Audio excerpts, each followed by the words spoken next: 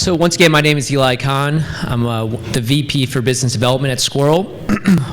Myself and Adam are going to tag team this presentation. I'm going to walk you through some slides, and then Adam's going to walk you through a live demo of our solution. So the goal of this session is really to show you what at least one company, Squirrel, has built on top of Accumulo in terms of a commercial application.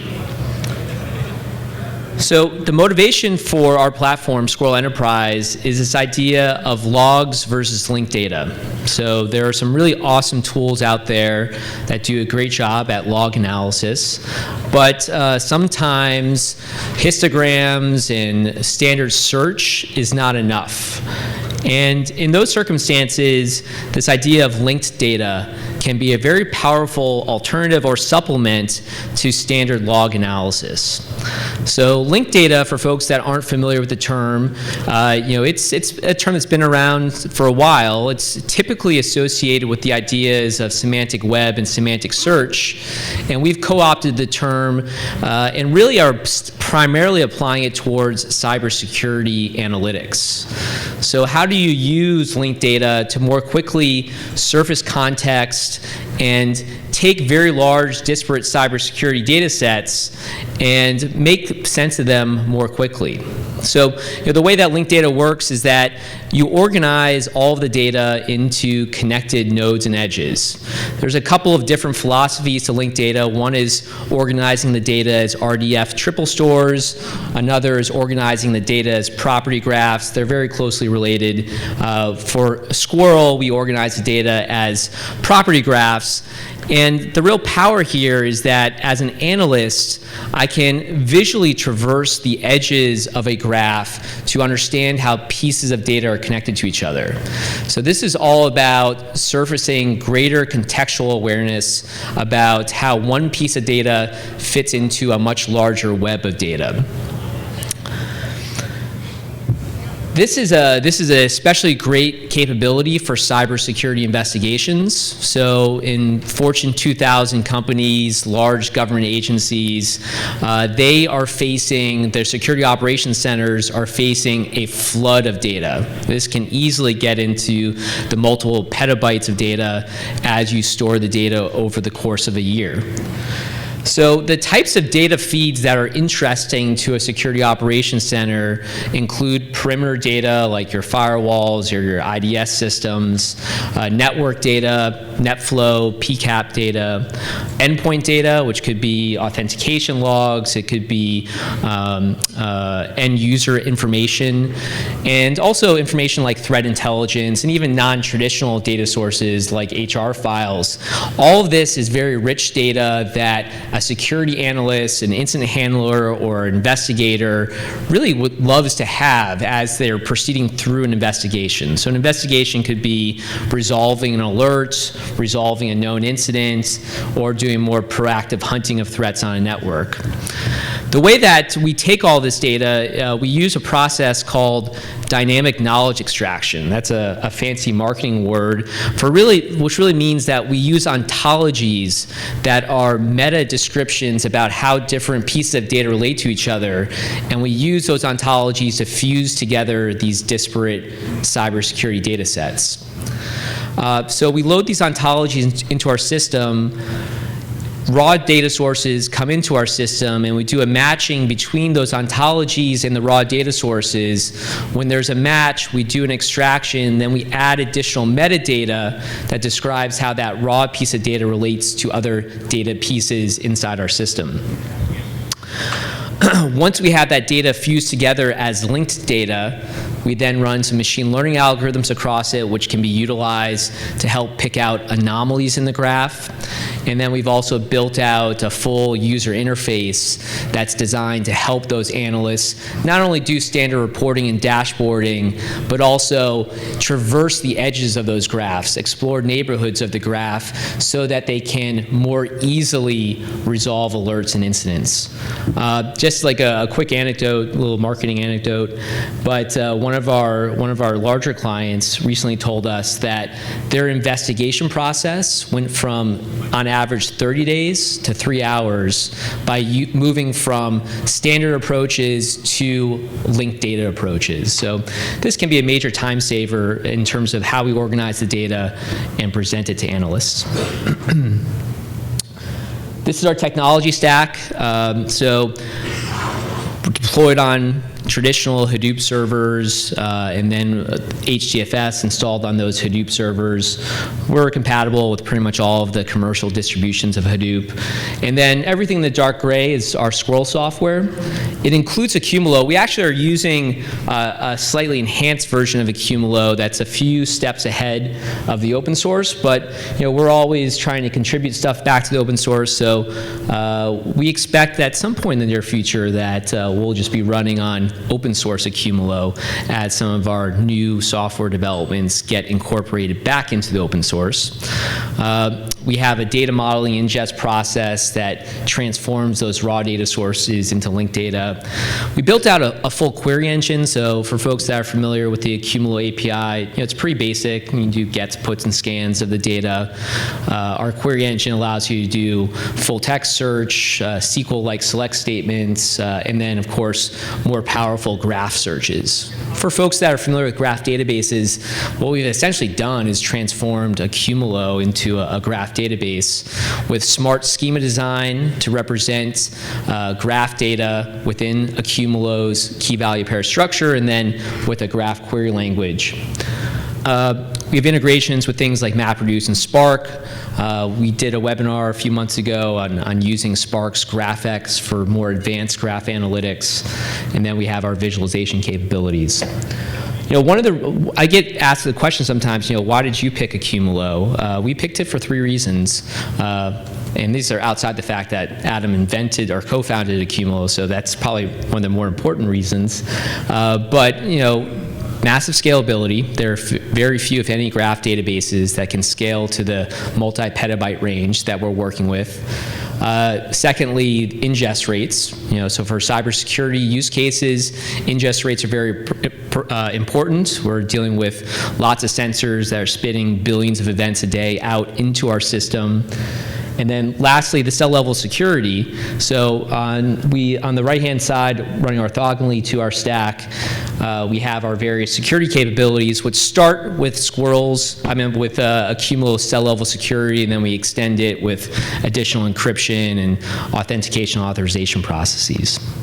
So I think that's it for the slides. I think the real interesting part is going to be the demo, which is actually pretty fresh off the presses here, and is going to show some of our latest and greatest capabilities for doing linked data analysis. All right, so here what we're looking at is a set of sources that contribute to this demo. So the sources we're looking at are documents. And a document in this case is any group of bytes that is transferred over a TCP connection. And various applications on top of that will wrap those. So documents, Guardium is basically database warnings and audit messages. We're going to look at host information. So this is like an enrichment source. But the core of what we're looking at are really these 3 sources here. So we've taken a packet capture on our network, and this is the Squirrel internal network. On top of that, we've done a simulation of a cyber attack. And I'll take you through the analysis steps of going back and figuring out what happened in that cyber attack. It's kind of a red team, blue team activity here. That packet capture was done at several different points, which capture most of the traffic in and out of our network. And we took that packet capture and sent it through a couple of different analyzers. One is a NetFlow analyzer. We used Bro for that. Anybody ever used Bro? Okay, Bro's pretty awesome stuff. There's a product called Security Onion, which is like an open source, build up a security monitoring tool that leverages Bro. It's used in a bunch of other sources. So NetFlow comes from basically taking those PCAPs, grouping them together, calculating things like bytes in and bytes out across that flow. So collection of packets becomes a flow. Also on that flow, we have files being transferred. And on one flow, we could have multiple files being sent back and forth, right? So you could have like a browser session that was going to a web server, and it could pull down multiple files from that web server. That might be one NetFlow and multiple file flows.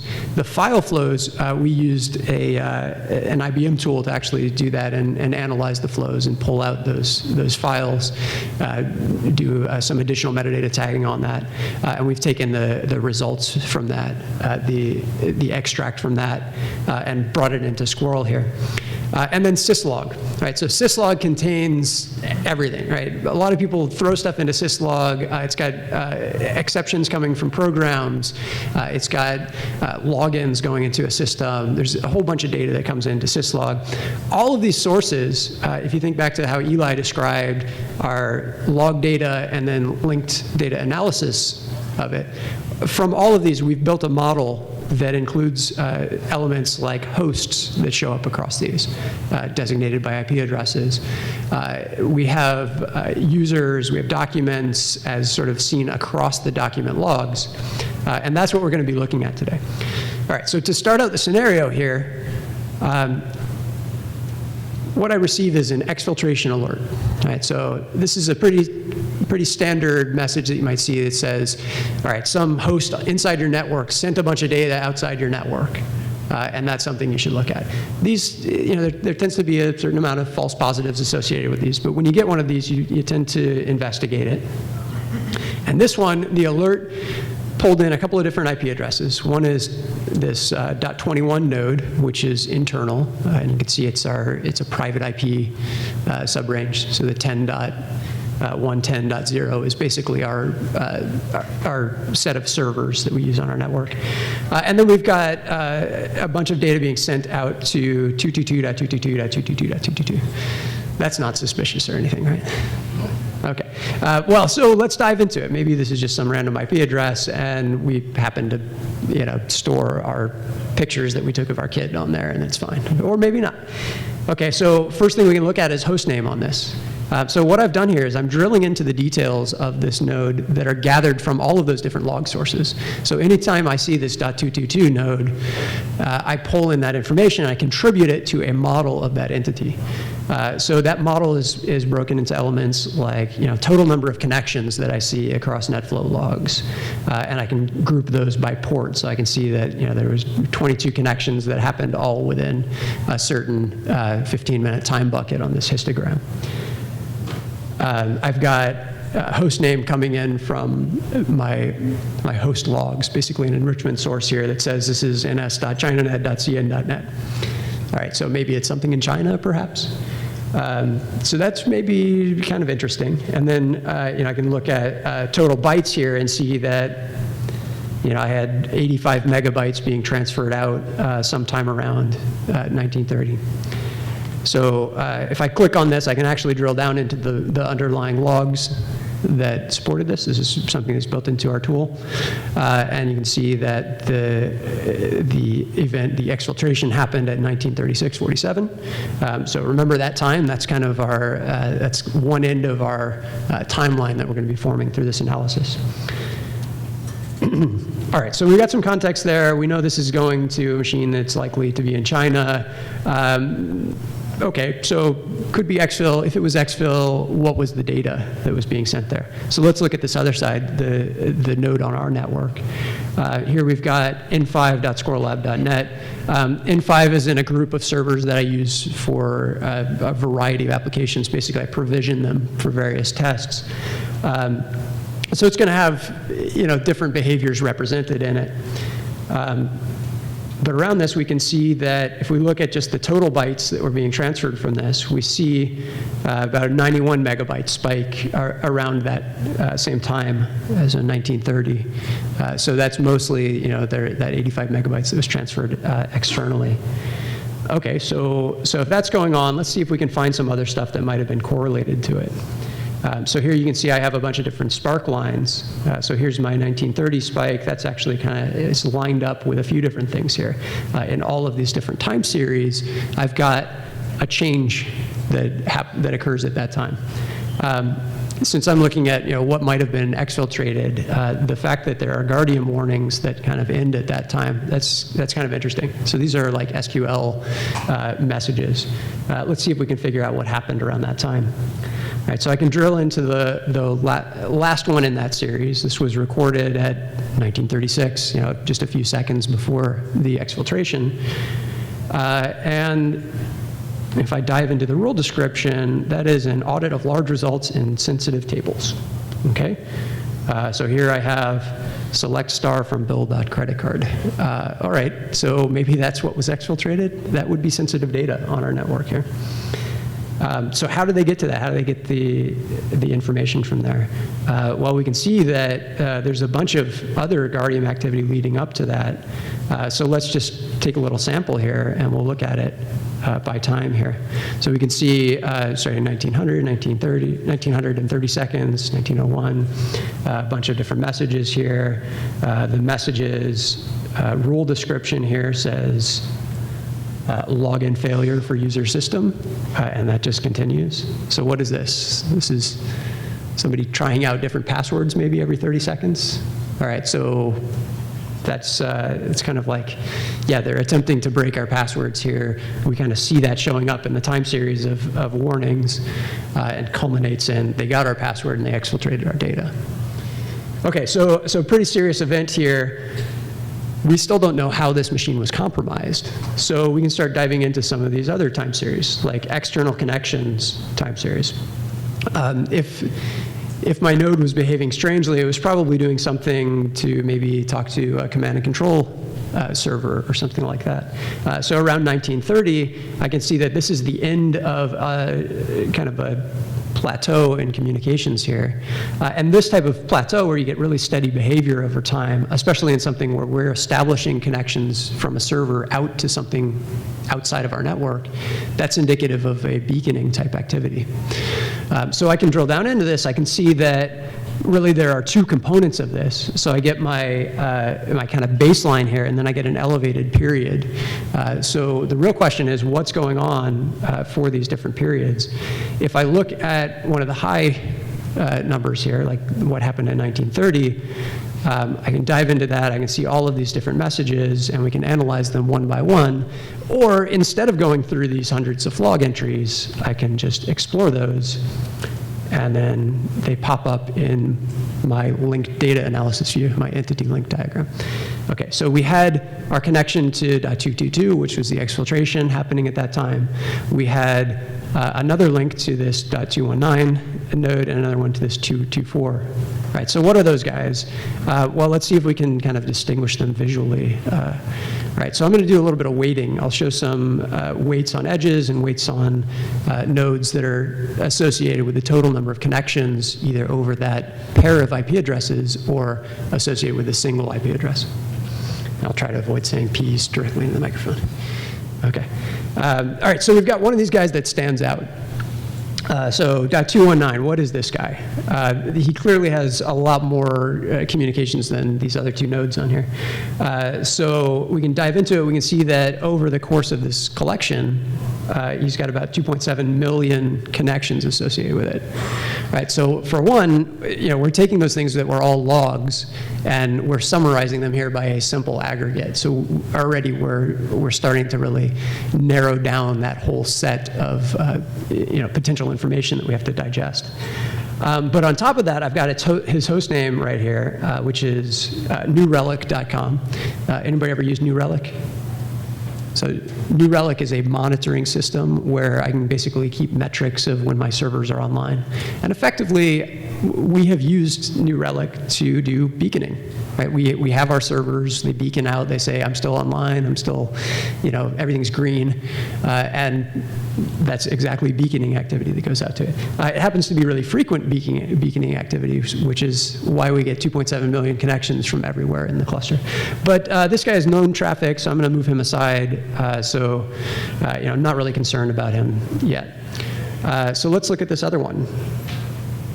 All right, so this other one, we still see in the time series here, we still see a very steady period of activity, right, which might indicate some type of beaconing activity out to this external host. But the host name here is en.wikipedia.org. So, we're not intentionally beaconing out to Wikipedia. What do you think could be going on here? Well, I mean, maybe we can dive down and see what else is going on in it. If I look at the time series here, I can see that there's a steady behavior going up to 1400 on the 25th. There's an elevated period that ends at about 1930, which is the time of our exfiltration, and that elevated period starts at 1600, and the beaconing in general starts at 1430. So we got 1430, 1600, 1930, and then basically the end of our collection here. All right, remember those times. I'm going to ask you later what those times were. Everybody paying attention? All right.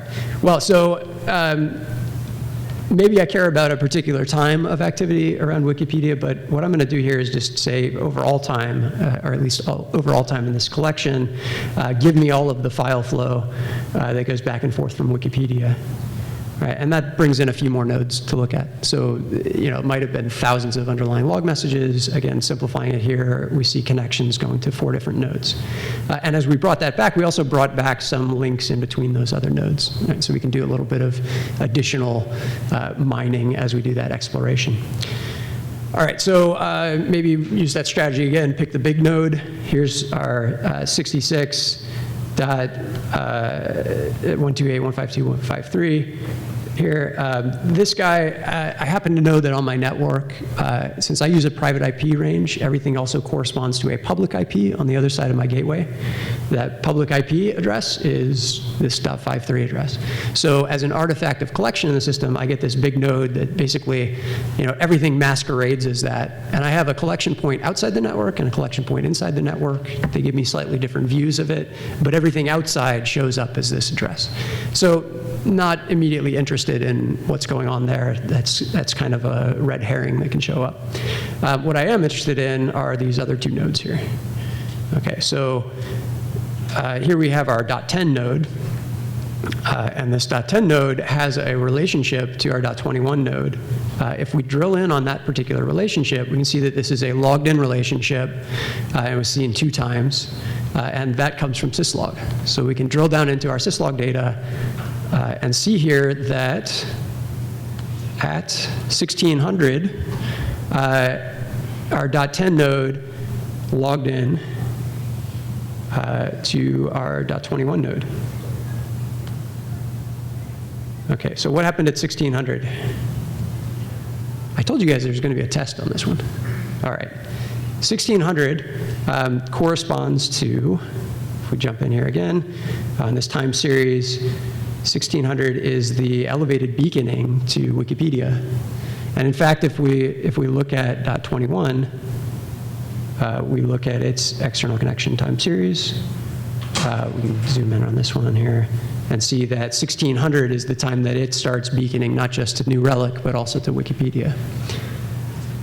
Okay, so there's a correlation between the login and the anomalous beaconing activity on .21. Maybe this is actually the source of the infection. And if that is the case, then it happened using the root's private key on .10. Right, so infection happened somewhere on this side, traversed here, data was downloaded from their SQL table and exfiltrated outside of the network. All right, so let's look at .10 and see what's going on this node. We can kind of look at the traffic over various ports. I'm going to jump directly to that external connections time series because I think this is a great source to mine here. And here we can see that if we kind of zoom in on this period, we've got beaconing activity starting at 12:30 on the 24th, which is actually the beginning of the collection period. We see an elevated period starting at 14:30, which actually corresponds to the beginning of beaconing on Wikipedia. And then that elevated activity continues through the end of this time series. We see some spikes here. Those might be interesting. We can kind of drill down on those later. But what I'm really interested in right now is what happened around 1430 that caused this node to start beaconing. Right, so again, I can dive down into those raw logs, and instead of going through them, I can just explore them, bring them into my link diagram, and use that kind of as almost an index into the underlying logs. What that gives me is a couple of additional nodes in here. So there's this guy and there's this guy. Okay, so .10 talking to 173.230.139.200. This guy, hostname clojars.org. So anybody know what clojars.org does? I'm sure some of you know. You're just shy. All right, but so .10, why is .10 talking to clojars.org? .10 is called cobbler.squirrellab.net. This is our provisioning server. So basically what it does is it goes and caches a lot of data like libraries that it wants to install on various other nodes in the cluster. Some of those libraries are Java libraries, and clojars.org hosts a lot of Java libraries. So this is normal. I kind of know that from just expert knowledge of my network. Let's take a look at this other node. So this other node, hostname someone.hsd1.ca.comcast.net. Okay, a random Comcast node here that my internal server is reaching out to for some reason. That's maybe a little bit strange here. So it's certainly worth further investigation. We can look at the time series here and see that there were 6 connections between 1415 and 1430, and another 2 between 1430 and 1445. This is a 15-minute bucketed time series histogram here. So, yeah, it may be interesting there. We could dive down into exactly what that might be, or we can expand this and start bringing in some other types of nodes into the network here. So what I'm going to do is ask what documents were sent from this node. Right, and that document sent 2 different nodes. Those showed up in my file flow. All right, so I can bring those guys back up. Here we have them represented by hash. So that's the hash of the contents of the document that was sent over that link. And you can see that as we brought those back, they also brought in the relationships to every other node that was in this network, and those documents were transferred, as we would expect from this external node to our .10 node. So what are those documents? We can dive into them here. This one was a email message being sent over POP3, called 1.txt. May be interesting. Let's see what this other one is. Here's an attachment that was sent alongside it. It's called Google Terms of Service.pdf. Yeah, that's pretty normal. However, now what we have in here is suspect content. So our packet inspection mechanism, our other external process, was able to tag this information and detect that there was actually a script being sent along with it. It's suspect content. We don't necessarily know that it's bad, but there's definitely some script in there, and this time that it was sent definitely corresponds to the time that our internal node started beaconing. Right, so here what we've got is really a complete scenario that plays out here. We can kind of delete some of these irrelevant nodes with respect to this scenario here. I'll just get rid of this for now. And we can see that if we line this up out here, we've got across the top an exfiltration. Across the middle here, we've got command and control, basically the same command and control server controlling both of our internal nodes. And we have our initial infection vector showing up here. To get to this picture, basically we did a series of expansions across this network view that were back-ended by millions of log entries. Right? So combing through those log entries, yeah, maybe there are some techniques to go through them, but this entity relationship view really brings stuff out and makes it very quick to get a big picture understanding of what's going on through that. And of course, being able to drill down to those underlying logs gives us those proof points that we need. And in fact, we can even drill out to the system and look at the contents of these various logs. So I won't show that now, but that's essentially what we're doing with Squirrel these days to do linked data analysis. So any questions on that? Yeah, so can this come in as a reactive into a, some event happened, we want to do some analysis on it, then we build up the infrastructure to do it is really the question there. In this particular case, we had the system in place collecting some of this information and flowing it into it. But assuming that you've collected all of the logs that you need, you can put this in place to react to it. The way that we've set up the system, there's some period of actually doing the extraction and building the links. But say you had an event that happened and you want to grab 24 hours of PCAP around that, and you've got some PCAP system that has stored that very efficiently, you can then take that subset of the PCAP, maybe centered around IP addresses or centered around time ranges, pull that into Squirrel through various ingestion mechanisms and react to the event that way. So yes, I think for forensic purposes, absolutely you can use it reactive. Some of the things you want to do on it might be lower latency. This particular example, we started with the exfiltration. So that's, it's kind of already happened and you just have to figure out what happened. If you start instead with the transfer of suspect content, maybe you can catch it before the exfiltration happened.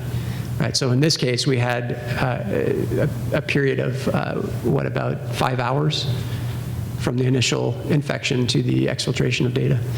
If you had caught it during that 5 hours, you would have been able to react to that in other ways. Well, thanks a lot for coming to hear about Squirrel, and I'll be up here for a few minutes if you have more questions.